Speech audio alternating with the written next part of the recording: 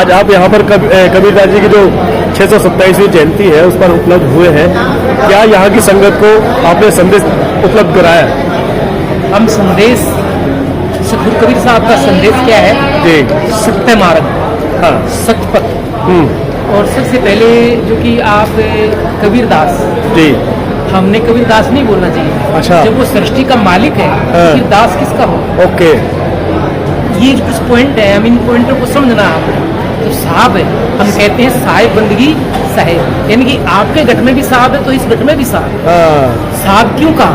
हाँ, साहब किस लिए कहा जाता है? जी। आपके हाथ में जो ये है, पढ़ाई लिखाई करके आपने सर्टिफिकेट पाया तब जाकर साहब बने। और सतगुरु कबीर साहब ने तो आपके जन्म से पहले ही आपको साहब बना दिया जी, क्योंकि वो डिग्री कौन सी है? इंसानियत की। और इंसानियत की डिग्री किसने दी? ओनली सतगुरु कबीर साहब ने। इसलिए सतगुरु कबीर साहब को साहब का। और अन्यथा जो भी आए हमारे इसमें भव सागर में, इस संसार में जो भी आए सबको किसकी उपाधि दी गई? भगवान की। भगवान में और साहब में अंतर क्या है? भगवान उसको कहते हैं जो संसार का भोग करता है, और साहब उसको कहते हैं जो संसार में आकर के संसार से ऊपर रहे। अब आप देखते हो संसार के अंदर एक बात यहाँ पर हम ये जानना चाहेंगे, कुछ लोग कबीर साहब को मानते हैं, कुछ लोग रविदास जी को मानते हैं, कुछ लोग बाबा साहब को मानते हैं, कुछ लोग बुद्ध को मानते हैं। क्या ये सब एक ही है या सब में कुछ भिन्नता है? कोई भिन्नता नहीं है। जिसने सत्य के बारे में बोला वो सब एक है। जो एकता का परिचय देते हों, जो हमारे को एकजुट सिखाते हों, वही इंसान है। बाकी तो सब अपना पेट भरने के लिए आते हैं। बाबा साहेब हो, बुद्ध साहेब जी हों, रविदास साहेब जी हों, वाल्मीकि जी हों, कबीर साहेब जी हों, इन्होंने किसका उपदेश दिया? सत्य का उपदेश दिया है। वाल्मीकि की कुटिया में सीता गई, क्या उसने उसको भगा दिया? उसने ये तो नहीं कहा कि तुम शूद्र नहीं हो, मैं इसलिए शूद्र को ज्ञान देता हूँ। नहीं, जो उनका ऋषि होते हैं उनका उस कोटि का ज्ञान होता है, और उनके अंदर सिर्फ एक ही बात होती है कि इंसान कहीं से भी हो, किसी भी मजहब से हो, उनके दिमाग में और उनकी शिक्षा में ये भेद नहीं होता। एक सवाल और इसी से बनता है कि भिन्नता कभी भी उन लोगों में नहीं रही है जो महापुरुष रहे हैं, परंतु उनके अनुयायियों में देखा गया है कि वो अपने आप को भिन्न मानने लग जाते हैं। वो कोई किसी को मानता है, कोई किसी को मानता है, और अपने आप को एक दूसरे से अलग क्यों कर देते हैं? जरूर ये किसकी कमी है? गाइड की। हाँ। जो गाइडेंस करने वाले होते हैं वो भेद डाल देते हैं, फूट डालते हैं। हाँ। जो अगर हमारा गाइडेंस ठीक है तो हम आज भी इस भेद को खत्म कर सकते हैं। आज भी कर सकते हैं, आज भी, क्योंकि इसमें एकता की आवश्यकता है। और एकता में सारे ऐसे ही एक लाइन में जो पंक्ति बनती है ना, उसमें सभी ऐसे हों। कोई नहीं। हाँ जी, बोलिए। ऐसे हों जी, कि जो हकीकत में सत्य का प्रचार करना चाहते हैं। ठीक है? हकीकत में जो सत्य का प्रचार करना चाहते हो, ढोंग नहीं होना चाहिए, किसी का दिखावा नहीं होना चाहिए, तभी हम किसी का भला कर सकते हैं। नहीं तो हमारा खुद का भी भला नहीं होगा। क्योंकि सत्य है तो सार है, सत्य है तो शब्द है, सत्य है तो संत है, सत्य है तो सतगुरु है, अन्यथा कुछ भी नहीं। और सतगुरु कबीर साहब ने सत्य का ही संदेश दिया। सर, जैसा कि अभी कहा गया है कि सत्य का संदेश हर महापुरुष ने दिया है, कबीर साहब इसमें सबसे ऊपर आते हैं। अब क्या लगता है जो उनके अनुयायी हैं वो अपने आप को भिन्न करते हुए क्या महापुरुषों को अलग कर दे रहे हैं, या फिर उनमें कुछ सुधार की गुंजाइश है? जो असली में धर्म और सत्य को ठीक से जान पाए वो तो सबको एक निगाह से देखते हैं, परंतु कुछ लोग इस संसार में स्वार्थी होते हैं। वो अपने अपने पक्ष को लेकर के अपने स्वार्थ की वसीभूत भिन्नता में बांटते हैं। हमें अलग अलग भेदभाव डाल करके खुद डालो राज वाली नीति रखते हैं। और सतगुरु कबीर साहब कहते हैं, भाई हमें अगर समाज का सही से सेवा करना है और अपने आत्म कल्याण करना है तो ये हमें किसी में भेदभाव नहीं रखना है, क्योंकि सबके घट में वही आत्मा राम बैठा है और वही पांच तत्व का शरीर है। तो उसमें किसको हम ब्राह्मण कहें, किसको शूद्र कहें, और किसको हम मुसलमान कहें, किसी को ईसाई कहें, हमें तो सब एक दिखाई देते हैं, मानव दिखाई देते हैं। इसमें कमी किसकी मानेंगे? क्या जो हमारे संत रहे हैं उनकी कमियां मानेंगे, या जो उनके अनुयायी हैं उनकी कमियां हैं? उनकी कोई कमी नहीं है, महापुरुषों के ज्ञान में कोई कमी नहीं है। बात ज्ञान की नहीं है, बात यह है कि जो भिन्नताएं हो रही है वो कर कौन रहा है?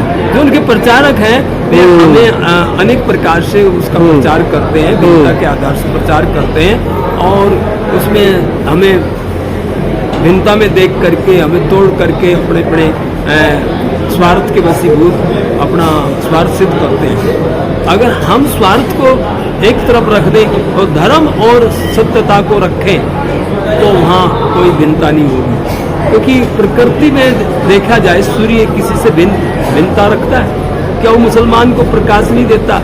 क्या वो हिंदू को प्रकाश नहीं दे रहा है? हमारा जल किसी को, सबको जल दे रहा है, पृथ्वी सबको चलने को दे रही है। तो प्रकृति में कोई भिन्नता नहीं है, सत्यता में कोई भिन्नता नहीं है। भिन्नता आदमी के विचारों में हो सकती है, उस विचारों को हम ज्ञान से ही ठीक कर सकते हैं, और ये समाज का सुधार। ये जिम्मेवारी किसकी मानी जाएगी? ये जिम्मेदारी वैसे समाज सुधारकों की है। समाज सुधारक में संत भी आते हैं, और ये जो राजनेता होते हैं ये भी आते हैं, और जो धर्म नेता होते हैं ये भी आते हैं। और कुल मिलाकर के वैसे देखा जाए एक एक आदमी सुधरेगा तो पूरा राष्ट्र सुधरेगा, समाज सुधरेगा, और सब में भाईचारा आएगा, सब में प्रेम जागेगा, और किसी को हम कोई दृष्टि से नहीं देखेंगे, सबको अपने भाई की दृष्टि देखें। कबीर साहब ने कहते, कबीर सुनो भी साधु सोई गुरु हम चेला। तो जो गुरु है वही चेला है, जो पुत्र है वही आत्मा पिता के अंदर है, वही पुत्र के अंदर है। तो जो सत्य को नहीं जानता ठीक से वही आदमी इधर उधर करता है, और इधर उधर कहें कबीर ये बीच के बल कहीं और की ओर, समझे कि गति एक है जिन समझा सब ठोर, कहें कबीर ये बीच के बल के ओर। जिनको सत्य का ठीक से बोध नहीं है वे इधर उधर करते हैं, और इधर उधर करके मानव समाज को गलत दिशा में ले जाते हैं, और अपने स्वार्थ के लिए गलत दिशा दे करके अपना स्वार्थ सिद्ध करते हैं। इसलिए ये भिन्नता राजनेताओं ने और धर्म नेताओं ने और कुछ संतों ने भी ये भिन्नता को स्थापित किया है समाज में, और उसको मिटाने के लिए बहुत बड़ा संघर्ष करना पड़ता है।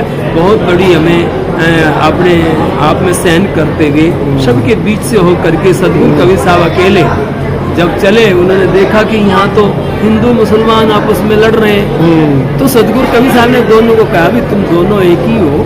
वहाँ से कोई हिंदू बन के नहीं आया, कोई मुसलमान बन के नहीं आया है, कोई पंडित जो है वो वेद पढ़ के आया तो वो पंडित है, या मुसलमान सुन्नत करा के आया, तो ऐसा तो दिखाई नहीं देता।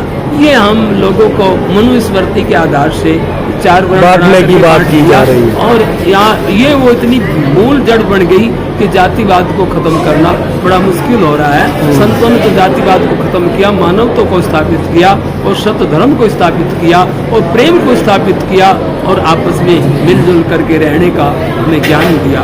मिल मिल रहना, दे के खाना, और नेकी बात सिखावत रहना। कहत कबीर सुनो भी साधु जपना सदगुरु नाम, मन नेकी करने 2 दिन के मेहमान।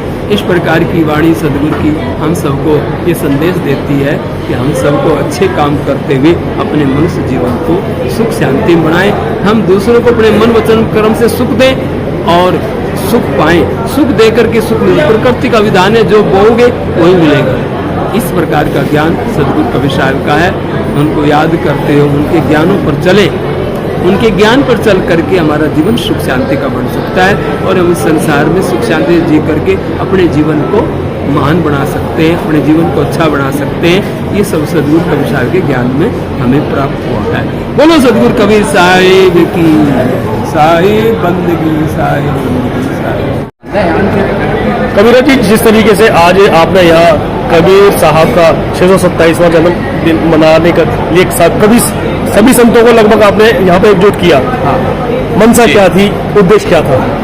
उद्देश्य एक ही था कि हमारा 627वां जी सदगुरु कबीर साहब का प्रकट दिवस मनाने का, और उसको बहुत ही अच्छी तरह से मनाने का एक ही प्रयास रहा हमारा।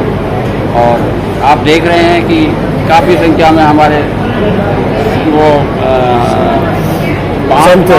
संत लोग जो ना मैन संत मैन सभी जो है बहुत भारी संख्या में आए हैं, बहुत मौजूद। मुझे लग रहा है कि 50 के आसपास आ चुके हैं। जी। और हमारा पंडाल भी आप देख रहे हैं। यहाँ पर एसीपी डीसीपी मंत्री साहब भी बहुत लोग मौजूद हुए। हमारे डीसीपी आए हैं और हमारे काउंसलर भी आए हैं यहाँ पर, और भी अन्य गणमान्य व्यक्ति यहाँ आए हैं, मौजूद रहे, और हमें बहुत अच्छा लगा है। और हम आज देख रहे हैं कि हमारा प्रोग्राम, हम क्या, मैं नहीं कहता, दूसरे भी सभी कह रहे हैं कि अच्छा, बहुत अच्छा प्रोग्राम रहा है। तब प्रोग्राम की जब हम बात करते हैं तो अभी सवाल साहब से भी यही था कि जिस तरीके से हम लोग कबीर दासी हो गए हैं, रविदासी हो गए हैं, हाँ जी, अम्बेडकरवादी हो गए हैं, बुद्धिस्ट हो गए हैं जी, समाज तो एक ही है, समाज एक ही, परंतु सब लोग अलग अलग बट चुके हैं। बिल्कुल, तो उनको एकजुट करने के लिए किस तरीके का हम माहौल बना रहे हैं, क्या उसके लिए हम कर रहे हैं, इस पर कुछ ज्ञान दीजिए। नहीं, उसमें मैं तो कहूँगा कि जी हमें बंटना नहीं चाहिए, हमें बिल्कुल नहीं बंटना चाहिए। जो मसाल 627 साल पहले वहाँ लहरतारा धाम से जली, उनका प्राकट्य हुआ, उसी मसाल को बाबा साहब ने भी लेके चले, और बाबा साहब ने उन्हीं के जो सारे जितने भी उनके जो परिवार वाले थे, सबने कबीर साहब को अपनाया था, उन्होंने वही उनके अनुयायी थे। तो हमें दोनों में डिफरेंस नहीं करना। कबीर साहब ने जो कहा वही साहब बाबा साहब ने उसको आगे बढ़ाया। और हम तो ये कहते हैं कि कबीर साहब हमारे आध्यात्मिक गुरु हैं, और बाबा साहब हमारे प्रशासनिक उत्थान के लिए गुरु हैं। गुरु कहेंगे या कुछ भी कहेंगे, हैं, एक महापुरुष हुए हैं वो भी। तो हमें बहुत खुशी हुई है कि जो है दोनों को मानते हैं। एक सवाल और यहाँ पर, जितने भी महापुरुष रहे हैं जी या हुए हैं, उन्होंने सबने समानता की बात की है, बिल्कुल, परंतु आज जो देखने को मिल रहा है, एक दूसरे को काटने बांटने की बात हो रही है, जातिवाद की बात हो रही है, धर्मवाद की बात हो रही है, इनसे ऊपर आखिर जनता कैसे उठे? नहीं, जनता, देखो आज के डेट में बहुत लोग पढ़ लिख गए हैं, हमारे जो पढ़े लिखे जो समाज है उनका दायित्व बन जाता है कि जो कम पढ़ा लिखा समाज है, गरीब है, उनको भी जो है ये बताएं कि भाई बंटना नहीं है, जातियों में नहीं बंटना, संगठित रहना है, और अपने जो परिवार के जो बच्चे हैं, नई पीढ़ियाँ हैं, उनको पढ़ाने का प्रयास करें, ताकि वो भी आगे और बढ़िया समाज को जो है एक दशा और दिशा दे सके। हाँ, बस बिल्कुल सही। और आखिरी संदेश क्या देना चाहेंगे, जो समाज बिखरा हुआ हो एकजुट कैसे हो? नहीं, मैं तो ये कहना चाहूँगा कि हमें बिखरना नहीं है, एकजुट रहना है। कबीर साहब ने भी कहा है और बाबा साहब ने भी कहा है, सीधा कहा है, शिक्षित बनो, संगठित रहो और संघर्ष करो। यही एक मेरा अपना मानना ये है कि मैं उनमें कोई डिफरेंस नहीं समझता है कि बाबा साहब ने क्या कहा और कबीर साहब ने क्या कहा, दोनों एक ही लाइन है। यूनाइट रहेंगे तो कुछ कर पाएंगे, कुछ जीत पाएंगे, कुछ हासिल कर पाएंगे। बिल्कुल। धन्यवाद।